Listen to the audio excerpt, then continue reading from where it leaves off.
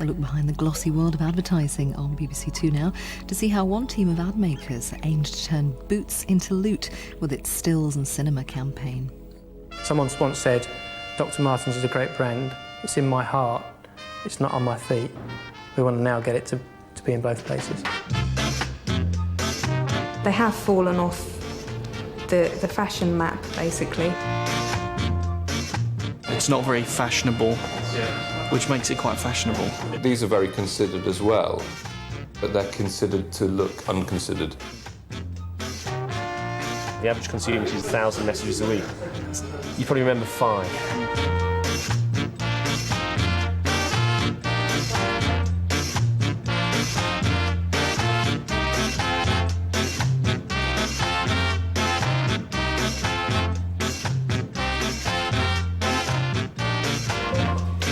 Musto Merriman Herring Levy, a London-based advertising agency, has over the last year been working on a new campaign to relaunch one of the most British of brands, Dr. Martens. To do this, they're making a series of press advertisements and cinema commercials for a campaign to be seen in Europe and America. With the concept agreed, all they have to do now is make them.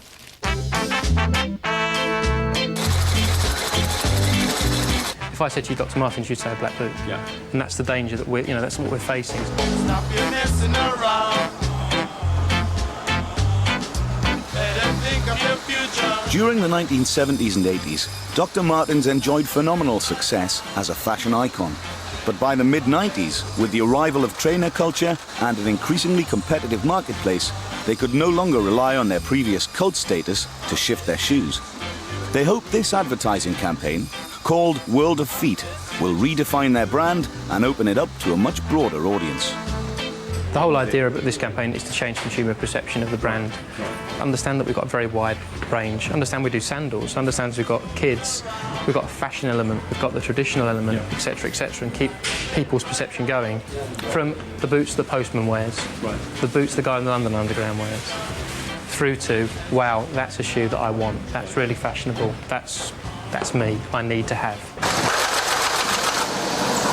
I think it's a great brand and they deserve good advertising. They deserve great advertising. They've never really advertised before, so that's another advantage. Frankly, to be given something like the Levi's account would be a poisoned chalice in some respects because you've got so much to live up to.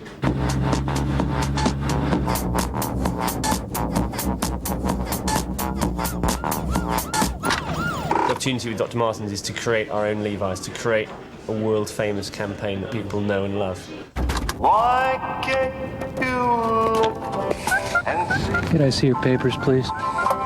what's really happening to me? Mind stepping out of the car, sir? Everybody else seems to know. I think it's incumbent upon ourselves and the client now to deliver work that can measure up to that. You've got it slightly propped up in one side. It's creating that balance where we still retain an interest in the whole image and not just the shoe. You have to get a balance between all those kind of what the client wants, what we think is right, what the director thinks is right, and what the target audience thinks is right. Hey, you! Don't watch that! Watch this! Basically, 18 to 24-year-olds, which is a hugely over-targeted group. I mean, that age group sees so much advertising, they can see straight through it. They know exactly what the message is, so it's quite a tricky line to tread. One step beyond! Dr. Martens became a fashion brand not because they went out to the fashion community, but because people at the leading edge of fashion came to them. There's only one thing that unites us, one thing that we all have in common. What is it? What is that one thing that unites us? It's not class or ideology, colour, creed or roots. The only thing that unites us is Dr. Martens' boots! Dr. Martens gave his boots to the world so that everybody could be free. They're classless, matchless, heat resistant, waterproof and retail for only £19.99p. Pretty soon everybody... Dr. Martens is traditionally a brand that hasn't needed to carry out above-the-line advertising. Sales have just been phenomenally high. Dr. Martens! Dr. Martens! Dr. Martens! Boots! Boring! Don't you has-beens ever read the NME? What happened to the revolution? God, you'd think Devil Woman had never been written!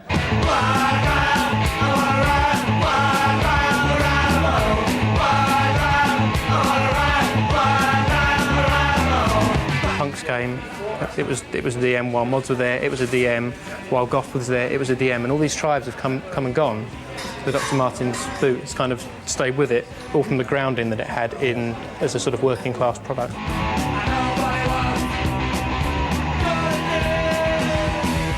Jeff, what's the importance of the uniform? No importance, really. Well, there is. It looks smart if there's a gang of you going down the street wearing the same. What Dr. Martens had for years was the skinheads. That's what they were known for. And now they want to move on from that and do something that's more mainstream. People perceive Dr. Martens as the black boot brand. The product we were taking to them was very different. It's open airwear, which is, as you can see, it's not what you'd expect of Dr. Martens. I mean, it's a sandal. We had a need for a French, UK and USA advertising. So I went with them and said, we want one brand advertising for these three markets. This is what it needs to do. It needs to change people's perception of the brand. It needs to make people stand back and go, wow, Dr. Martens made them. They came to us initially about a small project for sandals, I think it was. And we went back to them and said, it's all very well looking at sandals, and yes, we could do some advertising for sandals, but there is a whole big picture going on here, which is you cannot divorce the sandals from the rest of the range and the brand itself and the heritage behind it. And unless you address that issue, you're really wasting your time just playing around at the edges with the sandals. The first thing they did, which was part of the pitching process, was they said, there's no way in which we can understand your brand or sort of respond to this brief without understanding your brand properly. So they actually commissioned their own research into the brand. I used to love those shoes. I had to have a pair when I was in the 8th grade. My first pair of boots, I was upset when they went out. And that really sums it up, actually, which is, you know, she was upset when they went out because she likes them, but they have gone out, kind of thing. Oh, look, I got some nice graffiti on my responses. The campaign that we've got to is deliberately bizarre. Because one of the problems with Dr. Martens is, as a consumer, I know what Dr. Martens stands for. I've got all sorts of icons and history and images in my head that are very readily associated with Dr. Martens. Therefore, I ignore them. I know what they stand for. I don't need to find out more. I don't need to be told more. So we've needed a campaign that would shake people out of that kind of complacency, those preconceptions. The original idea obviously comes from the agency. The idea being that in the world of feet, it sort of like looks essentially like a human world, like our world. Yeah. But in this case, obviously, it's populated by 6 foot feet. Within that concept, the idea is that the Dr. Martens shoes take on or replace every type of, or every object of desire. It's not particularly hard sell, but putting it within a very interesting, eye-catching way.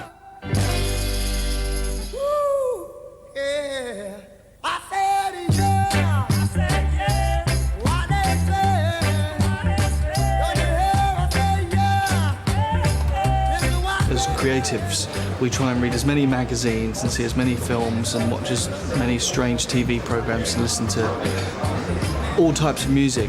So we're aware of what a 15-year-old is interested in.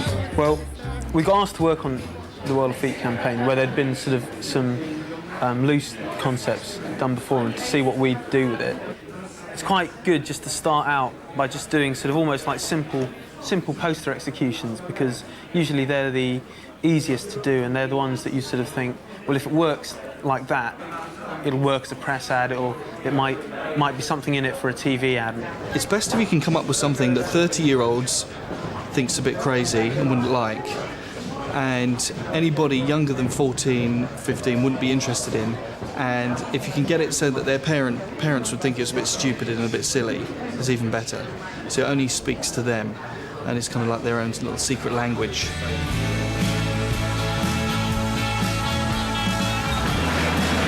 It's all about looking good and being cool, so you want that kind of, wants to be a bit clever and be more of a pop promo than an advertising campaign. So what we did is we sent these scripts to a director called Neil Harris, and he was one of 5 directors we sent them to. And what he'd done is he had actually taken our idea on, which is what we wanted someone to do. What we'd started doing was we'd always used the foot and the ankle, so it was a bit like a bird kind of approach to using the foot as a head. And what he did is he said that it's much better to use the feet, the whole foot, as a character. He mocked up these pictures on a computer, and then as soon as we saw these, we just thought, this is exactly how you do it. I was actually sort of like briefed over the phone by somebody before I saw the script or any of the images, and as they were telling me, reading the script out to me, this is actually how I saw them. So actually coming back and seeing the scripts and seeing the drawings, I was quite surprised at the 2 things. So just seeing this in my mind, these type of feet seem more cuddly. Before work can begin on anything else, shooting the feet that will appear in the ads is the first vital stage of the production. Yeah, I know it's undignified, but if you sort of spread your knees more, okay, and then just sort of like make the toes sort of like pull different expressions. They don't have to match. One can be doing one thing. Why don't make the toes pull different expressions? These are the 2 sort of bimbo feet that are in the jacuzzi with an older wrinkly foot at this sort of health resort.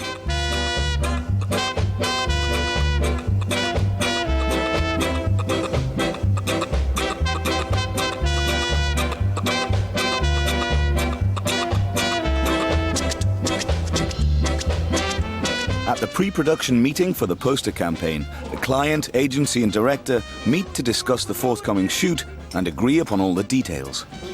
There is an agenda, but actually, having talked to Neil, the easiest way to do it is to go through location by location and talk about each with the product in relation to those. Do you want to start with record store? Okay, so this is our selected location, if you like, which is in Notting Hill. We thought that a kind of our price HMV was too mainstream and a little too bland. And then we started talking about high fidelity, and people collect vinyl, or people are DJs, that kind of thing, or, bedroom DJs. So we thought, okay, that's a better environment, that's a better piece of styling. There was a kind of coolness to the fact that it was records rather than, although it's records and CDs, but we're placing the product on a record, that has turned around to be more cool than using CDs now. It could look dated, it could look like we're doing something which is of the past. Right. It's quite important that it looks like it's of today. I can understand it can look quite cool, because vinyl can be I can. Will there be CDs in the store? Will there be anything in there that says it's You'd be aware of a mixture. I feel that because of the target audience, I think that that actually vinyl has got more to say at the moment.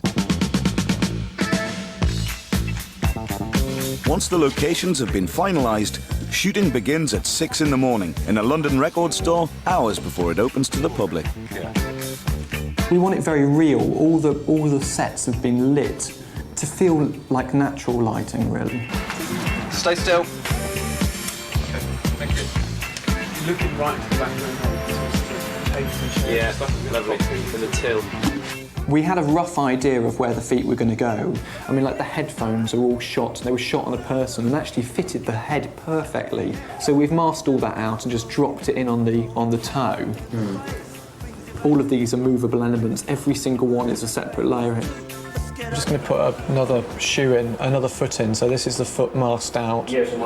We shot the feet separately. We had a day in the studio to shoot 9 models and took 190 shots of feet. Okay, thank you. So then we just kind of put this in.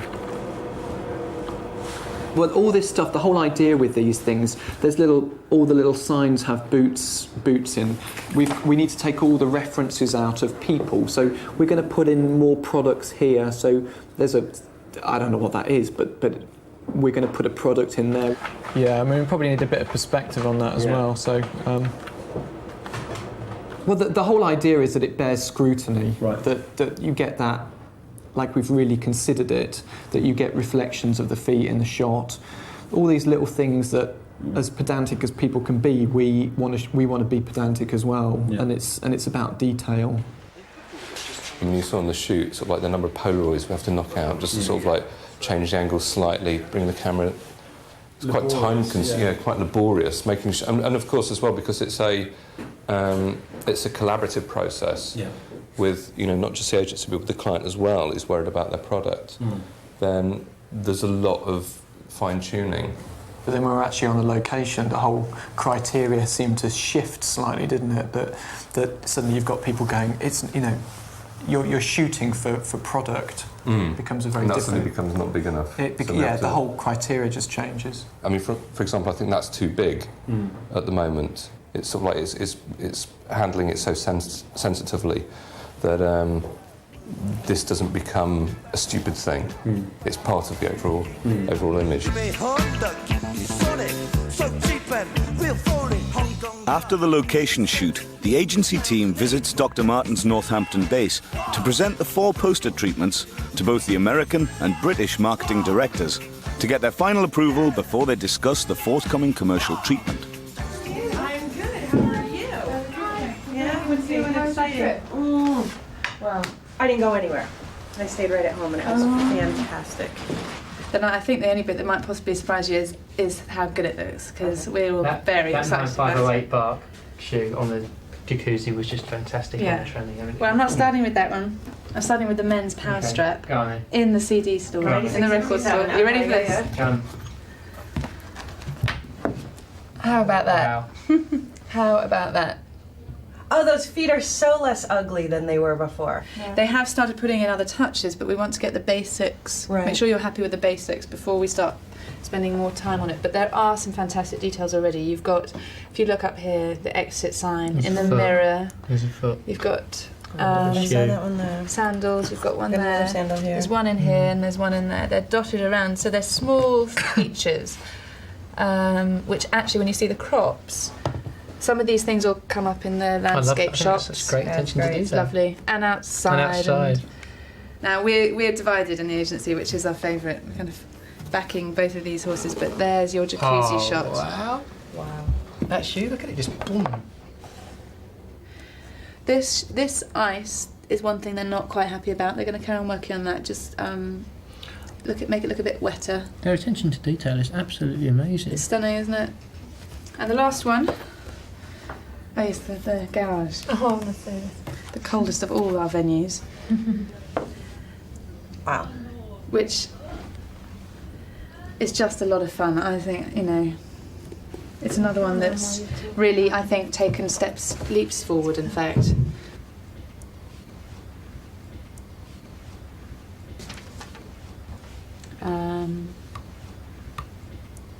But there's still things they want to work on here. There are a couple of errors, like here. That pipe's coming out of nowhere at the moment because they've comped that in. They want to add some of the grease to this foot in the foreground, the same as this one in the background that's working on the cars. That's really funny because I thought these two were going to be the strongest. Did you? I prefer the other two. Do you? Well, for me, definitely the product is less strong in that one. Clearly, there's more work to be done on at least 2 of the 4 press advertisements. The rule is you have about 3 seconds to capture somebody with a printed or a press ad, as we call them, because people are turning through a magazine or going through a newspaper, and they haven't bought that magazine or newspaper to look at the ads. They've bought it for the articles. So you have to interrupt that process. So you have to tell the whole story in a picture. But this is a cinema ad, so people really are a captive audience. They're not going anywhere. They're going to sit through this and watch it till they get to the film.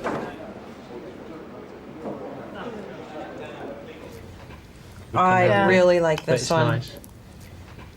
Plus, you get that sense of being a fish in the fishbowl, kind of, you know, people looking in. But for product people, this takes us right to a very nice place.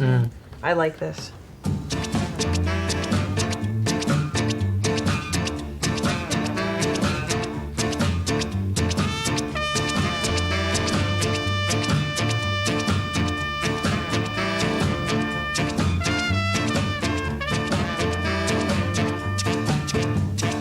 Okay, we shot these plates the other day at Stansted Airport, so we've shot them blue screen as well, so we get separation behind all these things. So now we're shooting the feet. And action.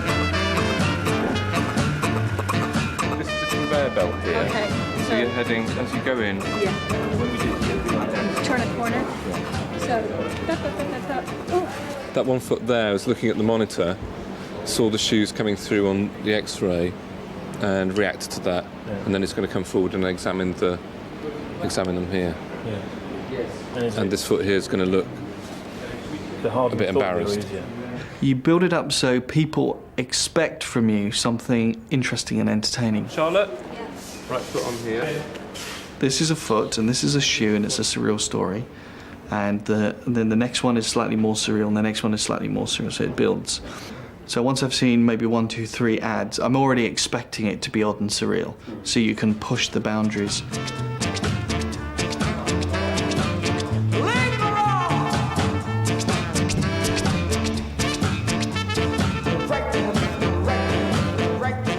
In the cinema, what we've got is a cinema full of feet. And then what we'll see is 2 feet that turn up late. So everyone has to kind of move along and shuffle along so the feet can get in. And they all start making disapproving noises, which we haven't worked out. And the feet in the cinema are actually watching a film about a shoe. They sort of like hop a tiny bit. He's also looking at sort of maybe a sort of almost like a sort of snake-like glide. So if you imagine the sort of ball of the foot almost like being a muscle that can pull the foot along the ground. What I've found is often I've got a picture in my head of what it's going to turn out like. And if I stay very attached to that picture, sometimes it doesn't work out that well. Rudy.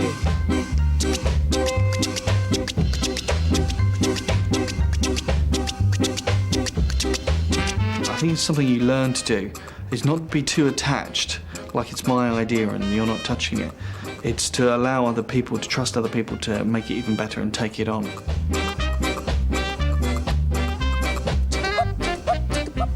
It's really hard when you look at the layout pad and you've got a very bad drawing on it by an art director who can't draw. They're not paid to draw, they're paid to come up with ideas. So you're looking at this scribble on a piece of paper, and in this case it's a foot, upside down at a dinner table and whatever the initial executions were, and you're looking at that.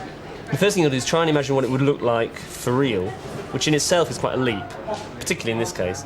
And then you've got to imagine the impact of that on the consumer. So there are lots of imaginative leaps along the way, and that's quite hard to learn how to do. I mean, I remember when I first got into the industry, being in meetings and senior people say, that is a brilliant ad. And I'd look at it and think, is it? I can't tell. I don't know. I think if you don't please yourself with what you do, you know, there's no point doing it really. If you're doing stuff that just makes sort of everybody else happy and you're looking at it and you think, oh, well, I don't really like it, then it's a mistake, I think. I mean, obviously you're doing advertising, so that's what it's about. It's not personal work. If it's personal work, then you've got a different agenda. I mean, creatively, it's a great job. I mean, it's probably a perfect job for me because I love photography and I love doing digital work. So, and it's just this lovely sort of surrealness to this brief. It's just more to do with the fact it doesn't have any basis in what's been done before, so you can feel that you're breaking a bit of new ground with it. Although someone will probably pitch up with some campaign that's been done in Poland or something with the new feet burgers. Yeah.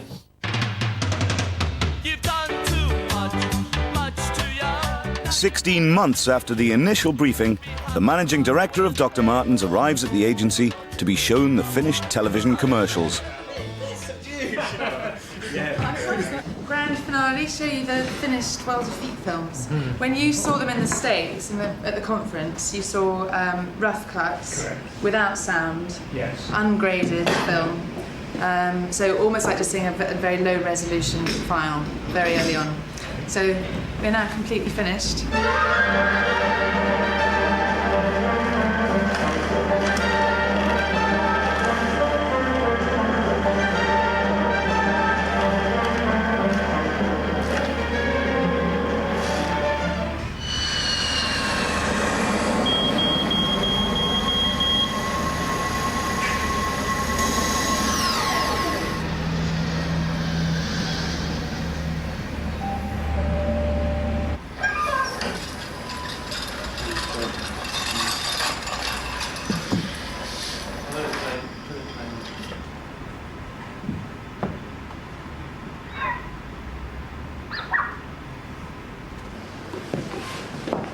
They're very quirky, aren't they?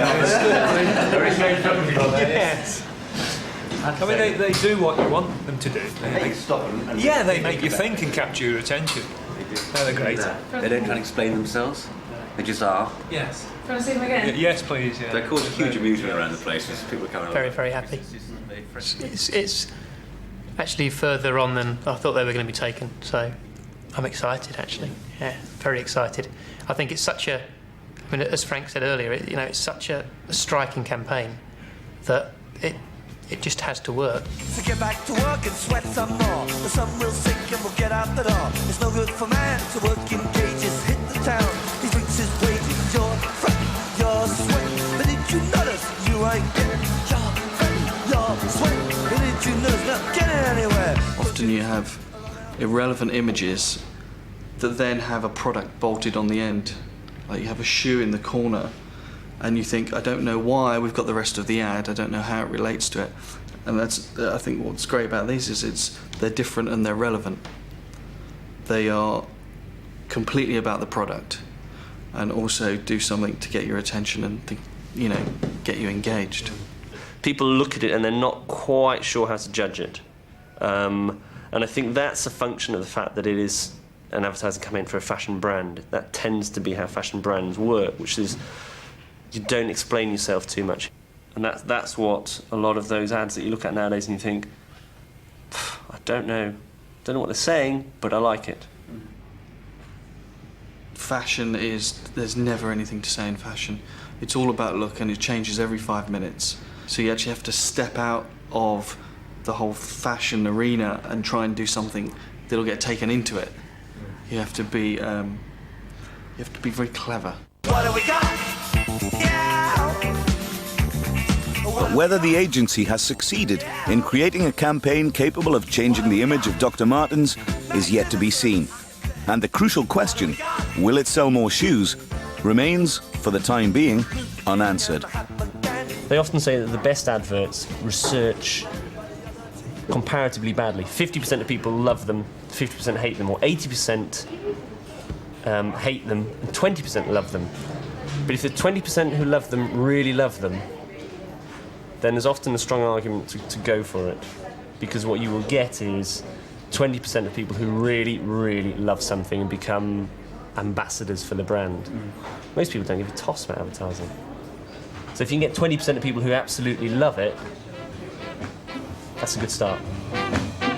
If you would like a free information pack and more details about Open University programs, then call us on 0870 120 3613 or turn to CFAX page 627.